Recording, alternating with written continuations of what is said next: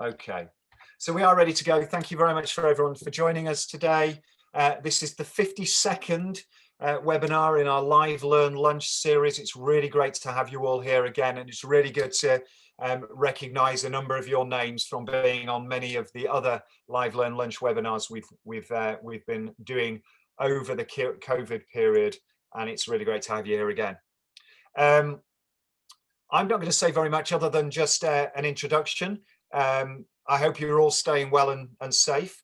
Today we've got Andy Durman from Emsi, who is part of the IEP Talent Academy, along with colleagues from S-Nights and Coin Recruitment.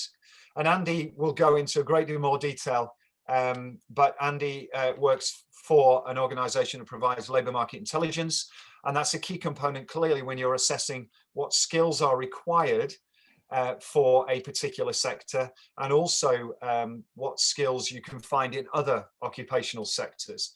And that's really important because we need to find people to work in our sector. So that's the first thing. But clearly we also need to find opportunities and deliver the skills required for our customers, for our participants on programs to move forward and develop their careers once again after the COVID challenges. All of this activity is based on an overarching report that Emsi published with Aptem on our behalf a couple of 3 months ago now, and some of the regional reports that Andy's been working on to give some more contextual data on a more local level. So we're really, really happy to have Andy here. He's our guru, our go-to guy when it comes to anything around labour market intelligence. What he doesn't know isn't worth knowing. So anyway, I'll hand over to Andy, and thank you very much. Thanks, Scott, and thank you everyone for joining us today. I'm here in a slightly overclass, but not too bad, Basingstoke, or Amazingstoke as we like to call it. And I am just going to take control of the slides. I have a couple of quick slides I'd like to run through just by way of context to today's session. Scott, do you want to just give me the thumbs up that you can see the slides okay before we get going? Sweet, thank you.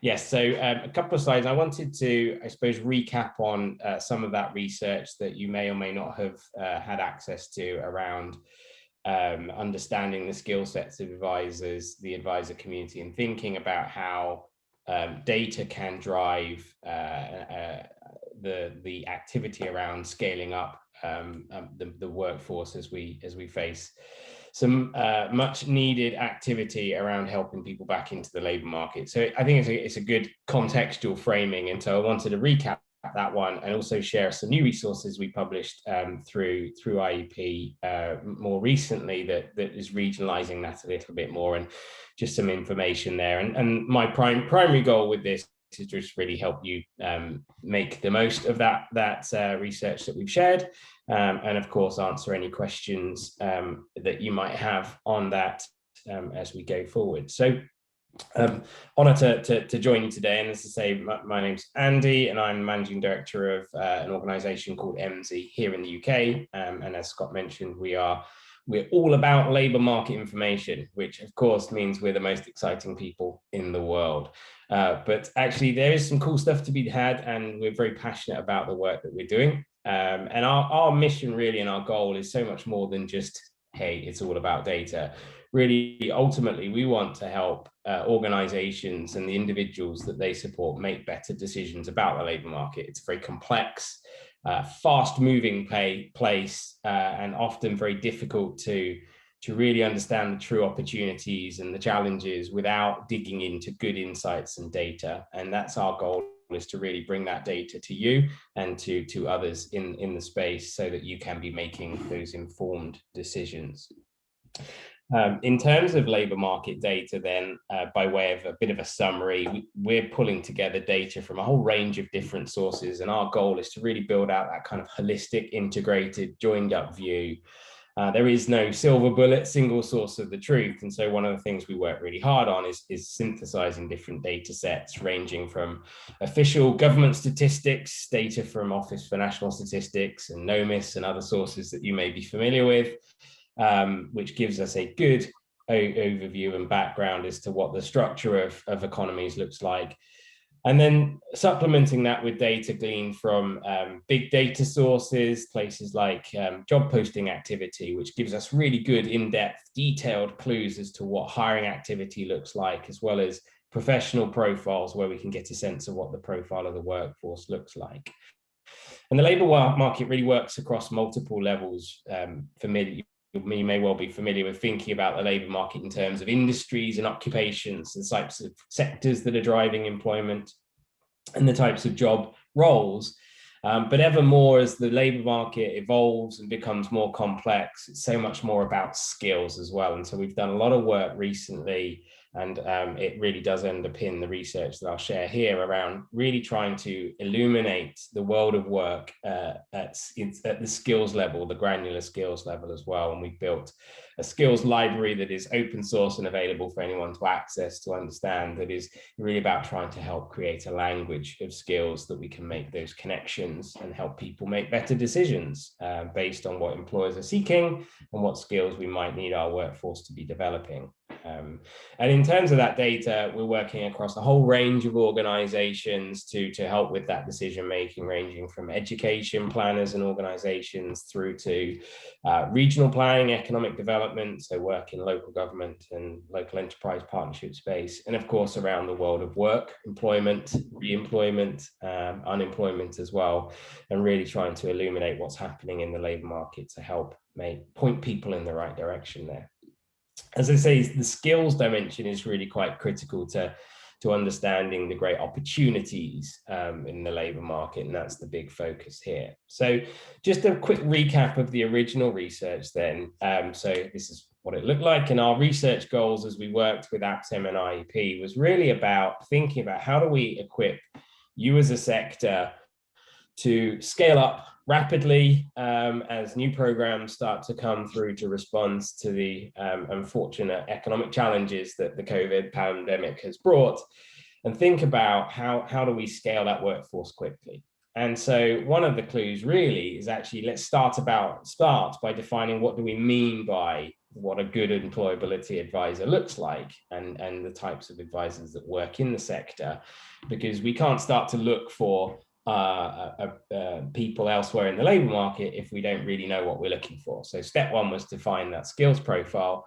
But once we've defined that skills profile, and I'll share some examples as we work through, we can then start to think about where else those skills can be found in the wider labour market. Because the obvious place that certainly for short-term ramp up is how do we find similar skills elsewhere that we might bring into our world. And so that's what we wanted to really illuminate. And then it's one thing identifying where there are matches, it's another then assessing what the likely fit is and opportunity is, because the labour market is a very competitive place. And so one of the great challenges we need to think through is what can we learn about the dynamics affecting those proximate labour markets to help us maybe again prioritize and think about talent pipelines. So by way of just quick walkthrough of the process then, we started off by looking at actually how the sector has typically recruited for advisors, and that by mining through that data, that's helped us understand the sorts of skills and attributes that are being sought. And we worked with Scott and colleagues, and once again a big thank you to the help that Scott and the IEP provided in really refining that, shaping that, and making sure it really did speak to the specific skills that were being sought. And that ultimately led to us setting out a definition in the report of the kind of core skills and supplementary skills that are really quite critical to performing as an effective employability advisor. But once we got to that point, it makes it a lot easier then, especially with that language of skills, that common language of skills that we've built, to go and look for those other skills elsewhere in the labour market, to understand where else we might find the talent that we need as a sector. So we have a universe of over 40 million unique job postings that we've been collating from UK hiring activity, and those postings we standardize against the skills as well as job titles. So we've got a big universe, and that's a massive sample upon which to understand employer hiring activity. Now that's the entire labour market. What we need to do is use this. What we did is we found where those core skills and the key supporting skills were found elsewhere in the labour market to start to establish where there were common matches. And one of the things that became apparent is a lot of the skills that we were identifying actually do relate to quite a broad range of aspects of the labour market, and particularly some of the higher paying areas of the labour market. And one of the challenges, of course, in thinking about transitioning people is thinking about the likely change in earnings capability. Obviously, primarily, we want to show people that this is a route to earn more, but we felt it was important to perhaps just filter a little bit more down towards salary expectations that would be in and around what the sector is able to pay currently. And that helped us just refine the matches a bit further. And so in terms of the matches that were made, again, I'd encourage you to read the report so you can get the detail, but the left-hand side is kind of where we saw our strongest matches. So you can see a number of different job titles in that list that ultimately are often seeking very similar skills to employability advisors and careers advisors as well. So we can see the different job roles that are in the closest match there. On the right-hand side, we've then got some of those supporting skills. So what? So thinking about those slightly broader transferable skills, and you can see there a slightly broader range of roles, some of which that cross over nicely with the primary matches, some of which feel intrinsically a little further apart, but critically have some of the underlying skills that we might be seeking. So the quickest transitions to help scale up the advisor community on the left-hand side. The right-hand side presents a slightly broader cohort in our thinking. There's one thing identifying where the matches are. It's another thing then understanding the dynamics at play in the labour market around those different matches. So what we then also started to do with our kind of proximate labour market was start to ask questions like, well, how active is that labour market? So what can we learn about recent hiring activity to help paint a picture? Who are the companies that are typically hiring similar talent? So that might give us a sense of who we're competing with in the labour market, but also potentially think about where we might partner or find routes to work with organisations seeking similar skill sets. And in a slightly broader sense, then, what sorts of sectors and industry settings do we find these roles? So that might help us, again, target sectors, engage and work with other sector bodies to transition workers into our sphere. Earnings, I mentioned earlier, often is quite a key driver to labour market decision making. And so understanding where we can or can't compete on an earnings level, or where we might need to think creatively about the conversation about earnings and intrinsic value in the role is important and important context. And of course, geography plays a really key role as well. And I'll come on to talk about that a little more as we talk about the regional reports. So here are a few highlights from the report that just give us a sense. Left-hand side is looking at hiring activity and recruitment activity around that kind of core proximate labour market. We can see it's been up and down. The labour market is a very noisy place, but generally has been trending up, and there's a decent sort of sample upon which to glean from there. And on the right-hand side, some clues as to some of the key companies that have been hiring that talent. As I mentioned earlier, interesting to understand either where we might be seeking that employment or who we might be competing with. And obviously there's some of our employers and our primes in there, picking out Reed in Partnership and Maximus jumping out there. Interesting to see other parts of the public sector and government sector, so the Ministry of Justice there, but also other parts of the wider economy in terms of corporates as well, and the education setting. So an interesting mix of employers that are seeking similar types of talent. Big table, lots of data, small writing, so don't agonize over the specifics, but ultimately this is just kind of showcasing the types of sectors where this workforce is typically found. Unsurprisingly, the wider employment and recruitment space, social work, education, and actually wider public sector care and support services as well. So quite a breadth of areas in which the sorts of talent that we're needing to help scale the sector's activities can be found there. So some interesting clues. And then on the earnings side, we can see the range of earnings, and on the right hand side, some of those key roles, those priority roles, and understanding the different earnings capabilities. So crisis workers tend to be paid slightly lower, and that might be an opportunity to bring that skill set into our world if we can perhaps see that as a way of advancing earning potential. At the other end, the conversation might be a little more about the quality of life and the added value and intrinsic value of working in our sphere in the short term, for example, where we might not be able to compete on wages. So all of that is context, and I hope has been helpful, and particularly with the Talent Academy in mind, of course, really providing a framework for thinking about how we scale up, and also then understanding some of those skills gaps that can be filled through the IEP training activities and feed into that thinking. I suppose the new thing really is most recently we've taken that base report, and we wanted to just provide just a little bit more localized clarity, and so we've pulled together a few snapshot reports which are available through the IEP. And why have we done this? Well, that national analysis gave us a good baseline, but the reality is, the hiring of advisors will be happening in localities, specific localities, and we don't have just a single amorphous blob of an economy that is the UK economy.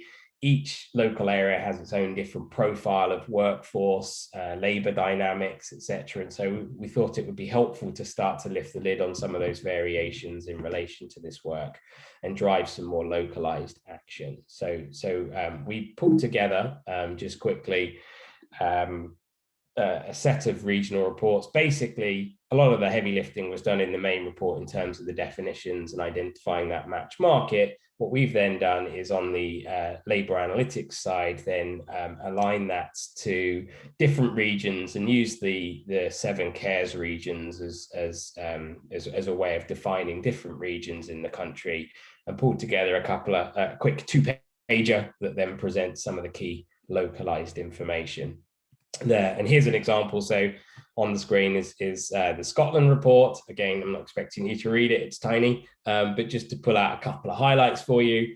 So one thing we've done on that point about localization, even just looking at Scotland as a whole, that's still a big area with a significant variation in economy. So you take somewhere like Aberdeen, which has traditionally been fueled by the oil and gas industry, and the support services looks very different to Glasgow, to Edinburgh, or to the Highlands and Islands. So even at Scotland as a whole, whilst it does localise to some extent, we wanted to present even more granular view of where that workforce is. So we've mapped out at local authority level just where the hotspots of the labour market activity is. That will give us a clue as to where the likely workforce is working, and an interesting question as we start to think practically about servicing a number of the programs coming up is the workforce that we're seeking to help located anywhere near where the work needs to happen and the localities where we are looking to help. So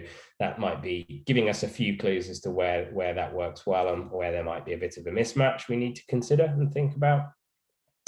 In terms of industries then, so for Scotland specifically, we've looked at those key employing sectors that employ our target workforce and give us a sense of the volumes there, so we can see just the breakdown specific to Scotland. And we've also picked out what the typical pay ranges are in thinking about the hiring, the competitive marketplace, and what the typical profiles, wage profiles are being advertised in job postings for our proximate labour market. So that just gives a bit of a flavour and hopefully just adds a little bit more value to that main report, which of course presents a lot of the background information. Our goal with these regional reports was to bring a bit more specificity to it, and hopefully becomes a really helpful resource for you and your organisations as you think about continue to scale up the activities to recruit advisors. And as Scott mentioned, I'm sure will come out in our discussion in a moment, one of the key drivers behind this, of course, is as well illuminating that whilst we focused hard on the advisor community as a focal point, of course, the data that we hold looks right across the labour market, and so wanted to highlight just ways in which you might start to think about how you leverage that in your day-to-day work as well. So Scott, that's where I wanted, I'm going to stop my share now. That's where I wanted to kind of just make sure we were all on the same sort of page and cover off some background. I'll whiz through it relatively quickly, and I would encourage people, if they're interested, to go find the report. And I'm sure, Scott, we can circulate links, etc. Afterwards. But wanted to hand back to you.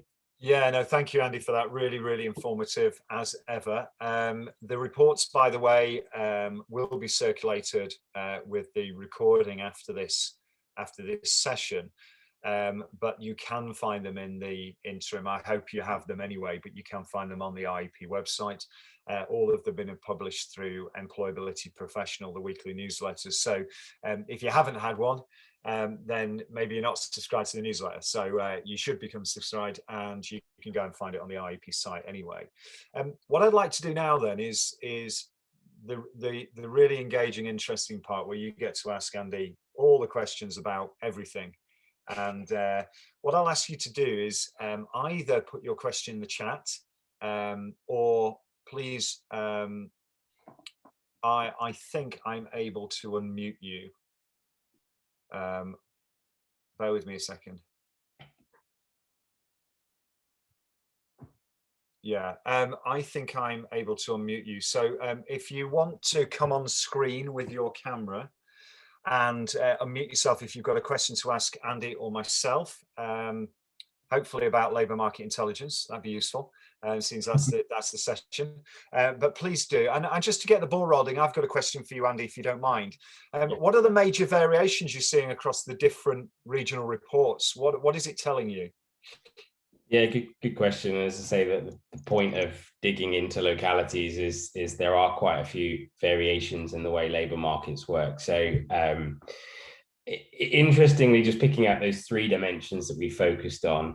So in terms of the maps, the sector profiles in terms of where that workforce is typically employed, and then the wage profiles, there's slightly different stories for each of them. So what you'll typically see when you're looking at those maps is hotspots emerging even within regions where there's clearly a more active labour market. Now, some of that will relate to bigger cities. You tend to find more activity where there is more work happening. So that kind of just pinpoints some of that within those wider regions. It's interesting on the sector profiles, because the nature of the research was to isolate a core set of the nearest neighbours in the labour market to advisors. Actually, you don't see a lot of variation in which sectors employ those locally, other than the volumes. So there are obviously different volumes of that workforce in the 7 different regions, and to some extent the ordering, but it's the same old sectors coming through in terms of the public sector, the sort of social care, employability, and wider employment and recruitment space coming through. So not as much variation as we might have suspected there. I think the big one is in pay. We know there's quite significant variations in wage rates around the country, and so you do actually see quite a lot of variation, not just in the average pay for our kind of proximate labour market, but actually the spread as well. So you get a broader grouping in the south that tends to be obviously at the higher end, and in some areas you get sort of a slightly more a tighter pay band for the sorts of roles we're talking about there. So a few variations for sure. Okay, great. Thank you, Andy. I do believe now you can unmute yourselves and put your camera on if you've got a question to ask. Please, who's going to take the first leap? You don't have to put your camera on if you don't want. That's fine. Anyone with a question for Andy? I'm going to pick somebody in a minute. Come on, don't be shy, please. Dropping off. Let's have the conversation moving forward. Come on. Okay, we've got a bit of a passive bunch at the moment, Andy, or they can't unmute themselves. So I'm going to come to. I'm gonna pick on somebody in a moment. So watch out, Sack. Mentioning no names, but anyway, I mean, was it really helpful? I think you probably answered this in some way, Andy. Was it really helpful to get an understanding of the other sectors that employ people with those advisor skill sets? Yeah, no, absolutely, and I think it's particularly helpful in the environment we're in right now. So there's obviously a lot of short-term disruption happening in the labour market. So I'm just broadening this out a little more. And obviously we've yesterday, you may have heard the latest unemployment figures. We're now at 5.1% unemployment. And a lot of the sort of analysis we've been tracking at Emsi, and we plug alert, we have a webinar coming up tomorrow tracking some of the some of the kind of impacts of lockdown 3.0 as that affects the labour market. We're seeing, clearly some parts of the labour market have been put on ice, the retail, hospitality, etc. Other areas are taking the opportunity to shift. And so I think the interesting thing is we understand where our potential workforce might lie is to then triangulate that. So once we understand those key sectors, triangulate that to then maybe where that disruption's happening right now as a really compelling story as to why maybe jumping across to the employability advisory space is a great place to jump. And so it's interesting if you look a little further down the list, some of the roles we find in kind of housed in the retail sector, for example. Well, the retail sector is a tough place right now, and of course furlough is sort of helping keep things stabilized as much as possible. It is genuinely having a massive effect on avoiding crazy mass unemployment right now.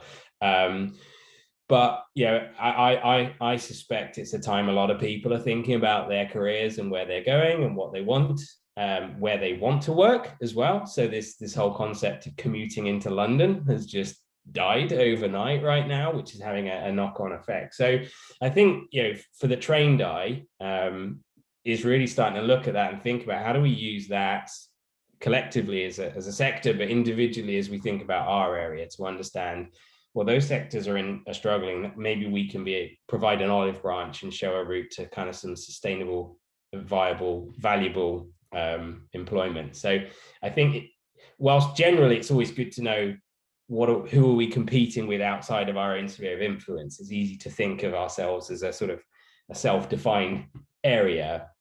I think the sector data is really helpful for us to think a bit creatively about where we might recruit talent. And Scott, from a kind of talent transition perspective, and I think the thinking that you're doing with your kind of training and support and the level 3 work that you're doing, etc., is then starting to think about what skills are people likely to have in different industry settings, and what do we need not just to fill in skills gaps about the intrinsic day-to-day of an employability advisor, but how do we shift the sector reference as well? So they might be doing similar jobs, but in a very different setting. It says we might just need to provide a sector adjustment. So a couple of things. Fantastic, Andy. Thank you. I'll come to you, Sack, in just a second, because I did warn you and ask you. Thank you very much for being here. That's really good. Saeed Shah has said, could we have labour market information about Bristol and Gloucester who work in them areas? Absolutely. That is part of one of the regional reports. Off the top of my head, I can't remember which one it is, but I expect it will be the Midlands one. Bristol will be in the southwest, I expect. I wonder whether Gloucester's in the Midlands one or in the southwest. But all of them are available on our website side. And if you want any more specific information about a very specific area, then we can put you in touch with Andy, and I'm sure something can be supported in that vein. Over to Sack then, if you wouldn't mind. So I think my question... By the way, sorry, it's way of introduction. Sorry, SAC is part of the Talent Academy. He's one of the recruitment organisations who I emulated to the Talent Academy state. It's really good. His logo is just above my head there. So there you go. That's him. Thanks for that, Scott. I suppose my question is both to yourself and Andy, as well as everybody else on this call as well. We're all in a really fortunate position that we've all worked in this sector. We've kind of often fallen into the industry, fallen in love with it, and decided never to leave. where Andy's showing us so much data about those transferable people that can move in. And I know, Scott, we're doing some great work with Coin Recruitment and Andy over at Emsi about volume recruitment into the industry. From a sector's perspective, why do you think people would want to come into our industry, and how, I suppose, equally importantly, how are we able to communicate that message to people who may have come from a retail background and only really know DWP through job centres, don't kind of know how this whole industry works? I suppose that's to everybody, you know, what could we do? Yeah, I think it's a really good question, Zach, and it's to taking everything back to basics, isn't it? It's about having a professional career route way. It's about creating opportunities for people to grow in themselves, potentially grow their salary levels, grow their occupational delivery, working within organizations that are culturally right in terms of caring about the quality of service and the end result from a customer focus point of view, as well as from a performance point of view, in essence. And I think it's, you know, COVID has been quite an interesting dynamic, I think, for organizations to take some reevaluation about how they go about their work, what they do. And look, you know, there are many other social value occupations out there, but this does suit a number of people who want to really make a difference to people's lives. Some people who like a fast-paced environment. I think there are lots of very young people out there who would see this as a really, really great place to be. And you know what? They get to work with some of the very best people in any occupational sector, because everybody that works in this sector really cares about the customer, cares about what happens to them, cares about, you know, dare I say, supporting them to change their lives. And that I think is a really, really good message. What we haven't had before, up until a couple of years ago, is a career roadway where people can build on those skills. So now it feels professional, it feels the right place to be. And ultimately, I'm very excited about what the future is going to hold. Good question. I don't know if we've got time and space for this, but it'd be great to hear from people how they kind of fell into the sector and kind of what made them stay. Because in theory, what we're looking to do as we ramp up for some of these new contracts is replicate a lot of those journeys very quickly.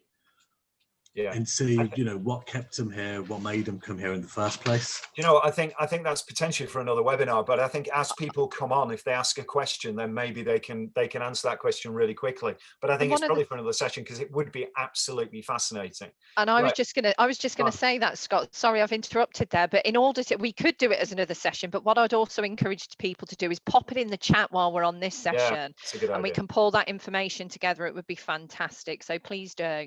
And from Helen, there is a question, by the way, somewhere, and it was, how can advisors use their reports to begin to develop their labour market intelligence knowledge and use that knowledge when supporting their customers in their job search? So how do we transition this from being something that is quite purposeful around getting more good quality practitioners in our sector? How would people on, for want of a better term, on the front line, Andy, use information of this kind to really understand where sectors are shifting to and what opportunities are going to open up for people further down the line?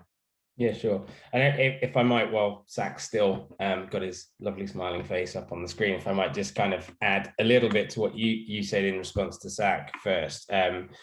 Yeah, I think the data doesn't have all the answers, right? It doesn't tell us everything. What it does do is point us to where we might then add our professional and qualitative judgment around. So a lot of what you described, the data can lead us to a place where we then want to build out that kind of narrative, which is cool. And I think, yeah, if you think about the labour market as is now, it's fast moving, and COVID's just shining a very bright light on a lot of things that were at play behind the scenes that have now been brought to the fore. You know, that we've talked a long time about career transitions. There's no such thing as a career path these days, no job for life, etc., etc. So I think, yeah, the data can sort of come alongside that narrative that says, hey, you know, you've done a season in one place, why not try a season here? You know, there's opportunity, you can be at the forefront. It does tick a lot of that kind of mission piece that I think is becoming ever more important in people's work decisions. And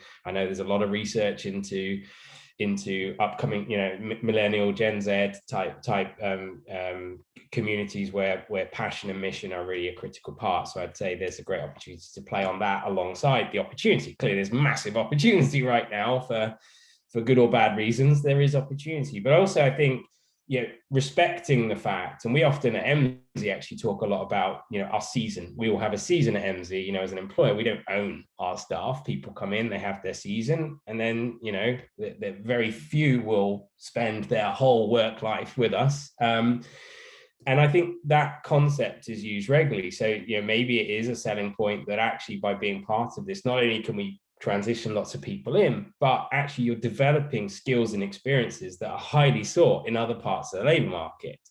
And having those good inputs, I noticed it was mentioned in the chat about the apprenticeship standard is a great entry route in. As long as we got plenty of entry routes in, it's not a problem that we might be seen as a pass through and a route through to other careers as well. As long as there's people coming in, it's when there aren't people coming in that becomes a problem, right? So I think that the data kind of points on both sides of it, both inwards, but also actually just proves how valuable the skill set is that you will develop within your time within the employability space is to other sectors, and in times where there might not be quite so much demand for employability advisors in the sense there is right now. So that was one point there, sorry. And then on, so for Helen, I think, the interesting thing with this research, and I think while we sort of dreamt it up a little bit, Scott, was sort of, I'm a firm believer in that, and why we do what we do at Emsi, in that data like ours needs to be in everyone's hands, particularly in this realm, right?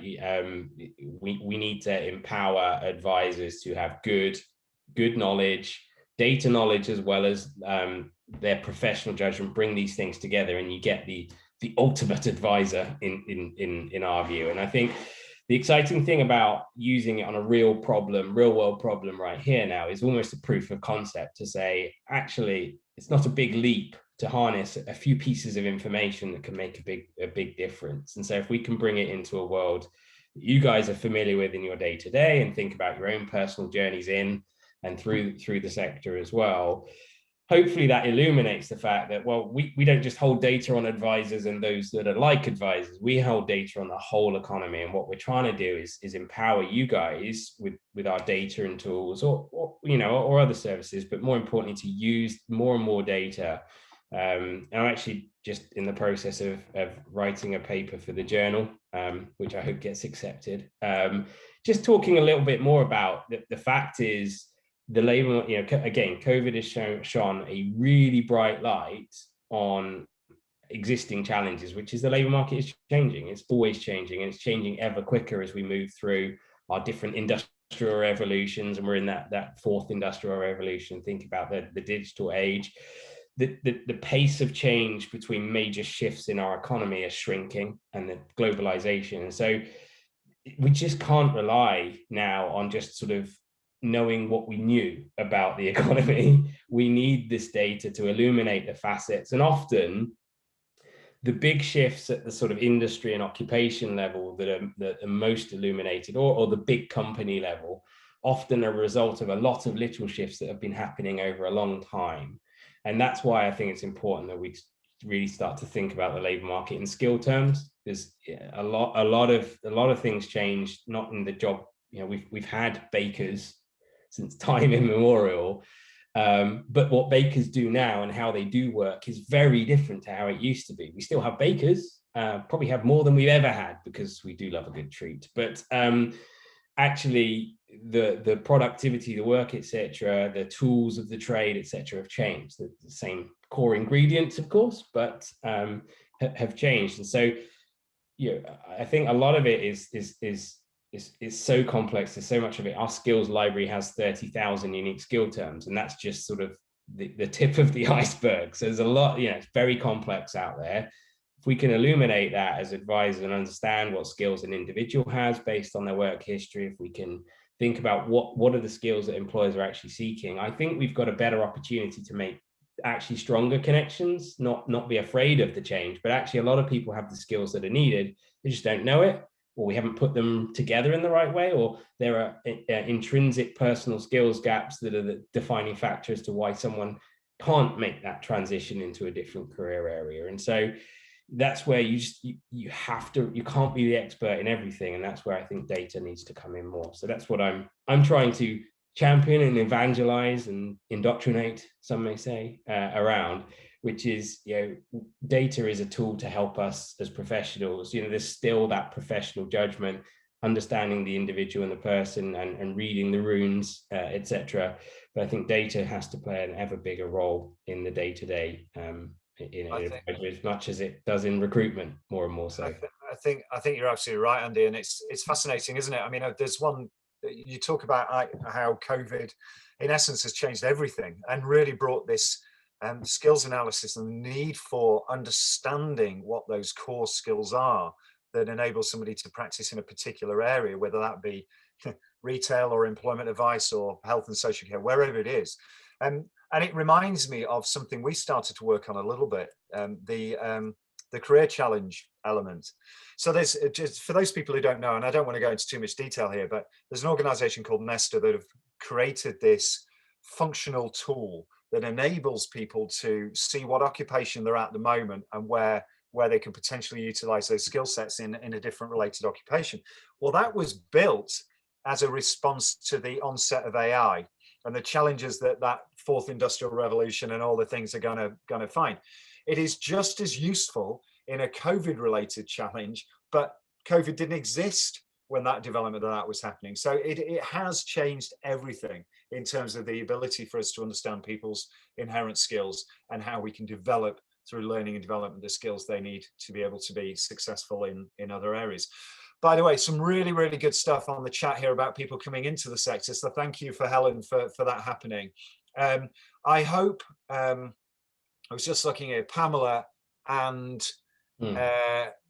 Janet have had your questions answered somewhat with Andy's response there. But if not, please jump on the camera and unmute yourself and tell us what you think and what else you want to dig into. Everyone's gone on to telling us how they joined the sector now, Andy, which is great. Local job centres, immigration advice, local authority engagement, which is wonderful. There's some really, really interesting things there. And I mean, I've got a personal story that my wife historically worked in HR and recruitment and has now found her way into the sector.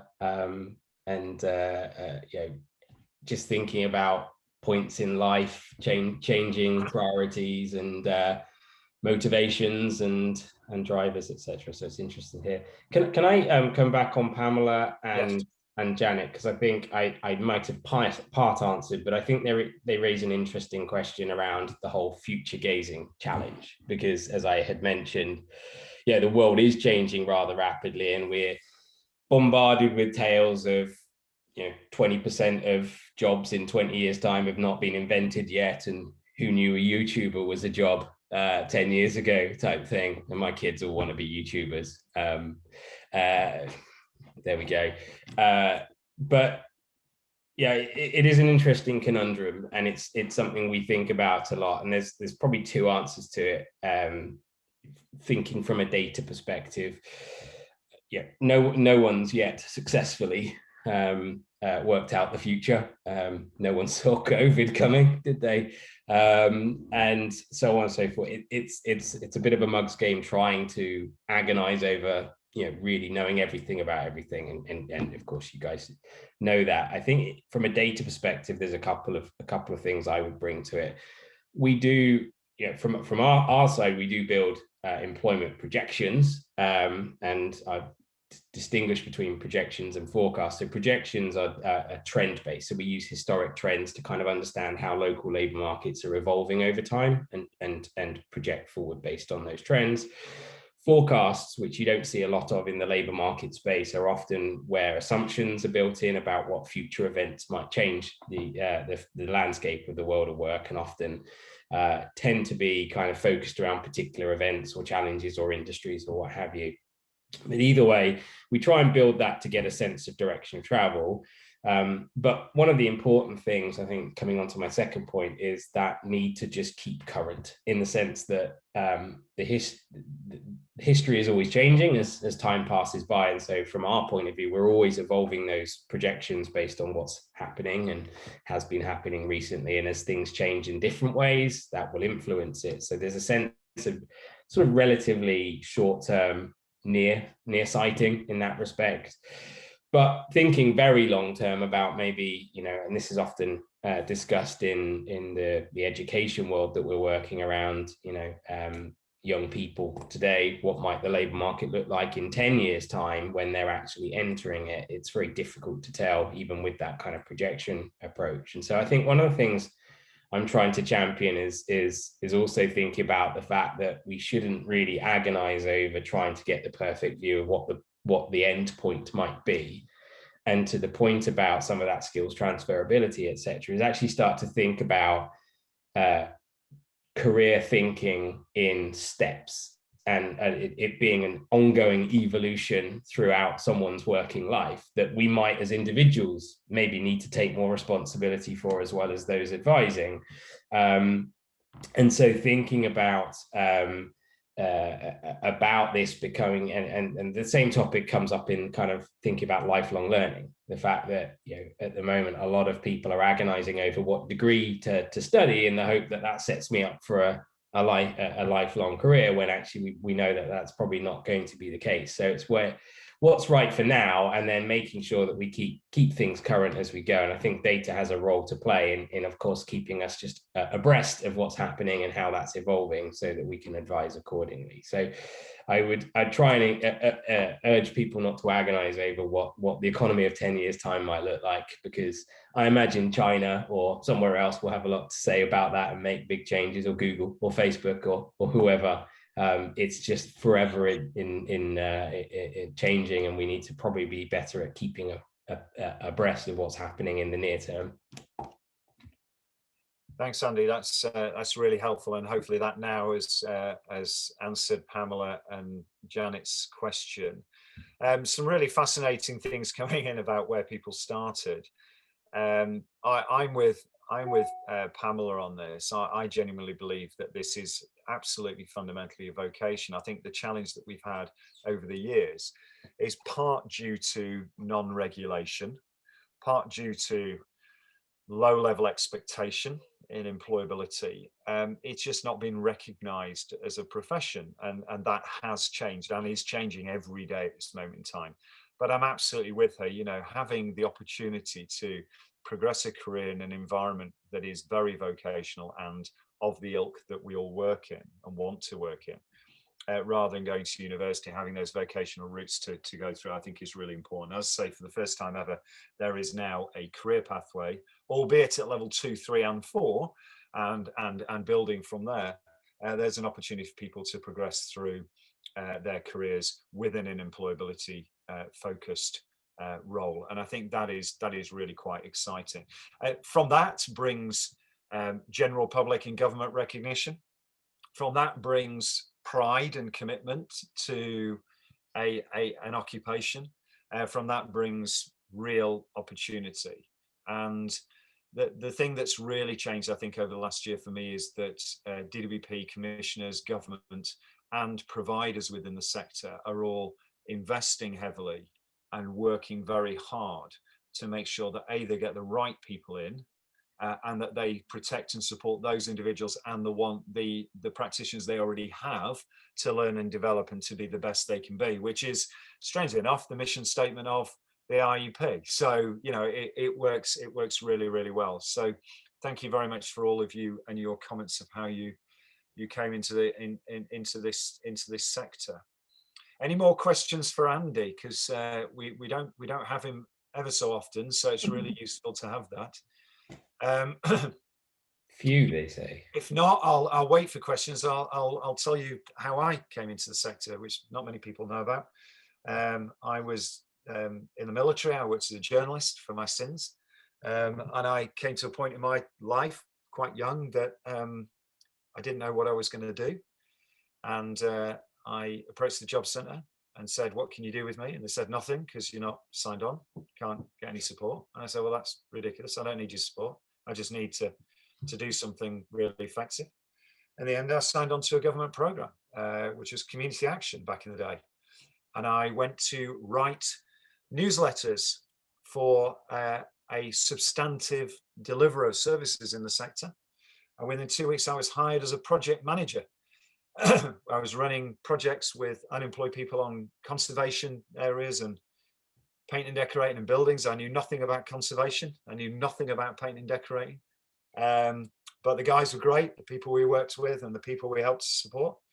And yeah, we moved people into work, and ever since have not been able to get away from this sector, even if I've done work-related and vocational-related activity in the health service. Just will not release me. And so I now find myself running a professional institute in hopefully enabling practitioners, as you guys on the call today, be the best you can be, and get the support and the learning and the opportunities that you deserve. So there we go, in a nutshell. Fascinating. Scott, can I, if there aren't any other questions, just wanted to point people to some resources that we will be shouting about through you in the coming weeks. So you mentioned Nesta, and I think we might have introduced you into that world. We've been part of the Career Tech Challenge that Nesta, as an innovation driver, has been funding, and as part of that, we've built a prototype tool that is trying to bring the language of skills that I mentioned earlier into a kind of an employability advisory setting. So we've actually built a prototype tool called UK Skills Match, which we're going to make available. It's not a complete finished solution, but we're going to be making it available free to access through our website in the next week or two. And would encourage people, if you're interested in this, to kind of dig in and play with it. It's really just a quick way of trying to actually model out a lot of what we just discussed on the research around helping individuals use their work history to kind of understand the sorts of skills that they might have based on that, and what we know about the association of skills to different job types, and then think about how those skills map to wider parts of the labour market. So it's our little attempt to sort of start to play with the idea of bringing more of this data into a slightly consumable space. So we will be shouting about that through Emsi channels, and I'll make sure that we kind of make that available as well through IEP channels, so people can get in, have a play. Would love feedback. It's, as I say, it's a prototype, it's a bit of a work in progress, but we're really keen to get some feedback and ideas on that one. So yeah, hopefully that'll be a helpful resource to members. Good and final pitch. Thank you for that, Andy. But it is a fantastic resource, and it is building.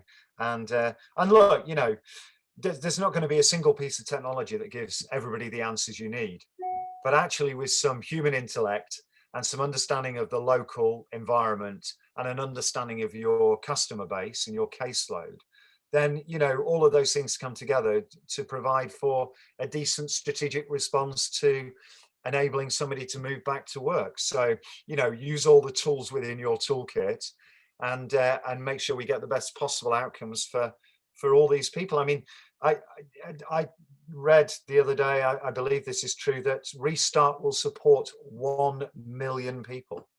I mean, that is phenomenal. So we've got a hell of a job to do, to be honest. And I know that everyone, particularly our IEP members, are absolutely up for the challenge, and will work tirelessly to enable people to get their lives back on track. And I thank you all for that, because I don't do that anymore. I don't see customers or participants anymore, and I do miss it. And, you know, even though it does come with its challenges, there are no doubt. But I thank you all for all the amazing work that you do. And yeah, I think we've come to the end then, Andy. So it just thank you for everyone saying thanks to you, Andy. It's really great to have Emsi on the call. Thank you also to SAC for coming in under pain of death, which is wonderful that he would start us off with the question. I think it was really useful. Thank you, SAC. If you want to know anything about the IEP Talent Academy or any of the other work that we do, thanks to the thumbs up saying, any of the other work we do, head on over to the IEP website. You can find us in all the Googles and all that kind of stuff. Follow us on social media. For anyone who wants this session, the recording from it, to re-look at it, then please head on over to the IEP YouTube channel. Make sure you keep connected, make sure you keep engaged. A wonderful presentation, Andy. Thank you very much. Pleasure. And have a safe afternoon and a really good rest of the week, everyone. Thank you. Have a great day. Cheers, Scott.